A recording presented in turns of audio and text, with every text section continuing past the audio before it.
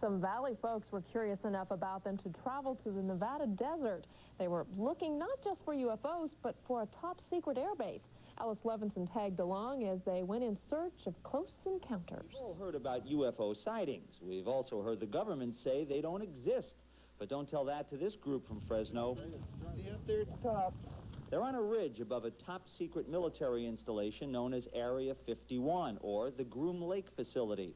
Fresno businessman Joe Thor visited the Nevada desert last year to find out if articles and television shows about flying saucers were true. For Thor, seeing is believing. Up to the north and right underneath the North Star, there was a group of 3 lights, just real bright, about 10 times brighter than the North Star. And they were moving in unison like this. Sightings in this remote area of Nevada could be a coincidence. After all, this area is part of the Nellis Air Range, where the U-2 spy plane and the stealth fighter were tested. But for UFO buffs like Thor, that means there could be a link. To prove his case, Thor ran this ad in the Fresno Bee, inviting other UFO seekers to join him near the base. And I think that they're trying to find out what makes them work. And I think that once they find out what causes these vehicles to work, then they may put it out for public.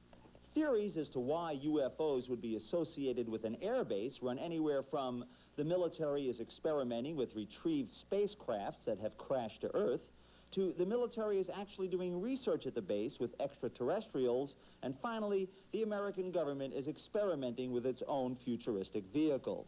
You'll see an orange post every 50 feet. But if you go very far beyond it, you're going to have a lot of guns in the face and you will be thrown in jail. Glenn Campbell isn't a UFO enthusiast, but he does believe in putting a stop to what he calls government secrecy. And the Groom Lake facility is his major target. It's very important that any government entity is accountable to the people.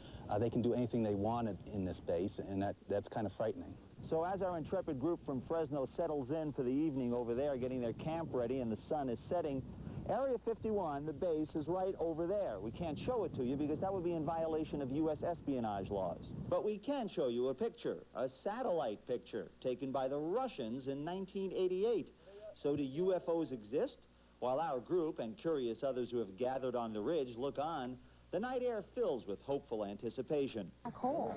I know we're not the only life in the universe. Plus, part 2 of our series as Valley UFO hunters wait for their close encounter outside a secret airbase.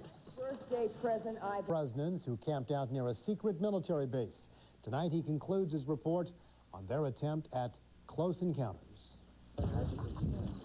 As night falls on rocky Freedom Ridge, a campfire is all there is to keep this caravan of Valley UFO hunters warm. The believers are keeping vigil near the Groom Lake facility in the Nevada desert because they think it may be home to UFO experiments. And this is the first time I've ever done anything like this, so I mean it's really exciting. You know, I'm hoping to see something, but if I don't, you know, it's still fun to get out here, you know, and just see what I could see, you know. The group endured a clear, cold night, and there were no sightings of anything unusual in the sky, but we did hear some interesting stories. Las Vegas resident John Fields had an eye-opening experience in the nearby desert last year. My previous experience has been driving down the main highway down there, heading toward Rachel, and seeing craft taking off over the mountain and acting really erratically. I mean, taking off, doing 45-degree turns, making a dead stop, going straight up in the sky, coming up into the sky, splitting apart, and taking off in all different directions. I'm curious about it. I know we're not the only life in the universe. That's a sentiment most of these people share. Some UFO enthusiasts think the government does possess downed spacecraft and is trying to figure out how they work. What's been said is that the government military is experimenting with that technology just right over the hill there. Security patrols and detection devices monitor our every move, day and night. But this Fresno group wants to know what else hides in the desert basin. I wish I could go right down over there to that base and find out what really is going on, see for myself. I think that it's possible that there is some sort of beings just right over the hill that don't belong to our race.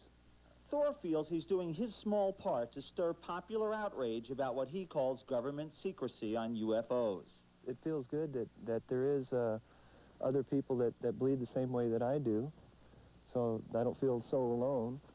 And I just feel that it's a good start. I was hoping to see something strange in the sky that we couldn't identify. I can't really say I was disappointed, though, because I've never done anything like this before. Undaunted and having seen the base that doesn't officially exist, the group starts their long trip home. In the Nevada desert, Ellis Levinson, Channel 30 Action News. So were you afraid to drive home tonight? No. Don't think so. How about you? Nah. Not convinced. When we come back, 2 Western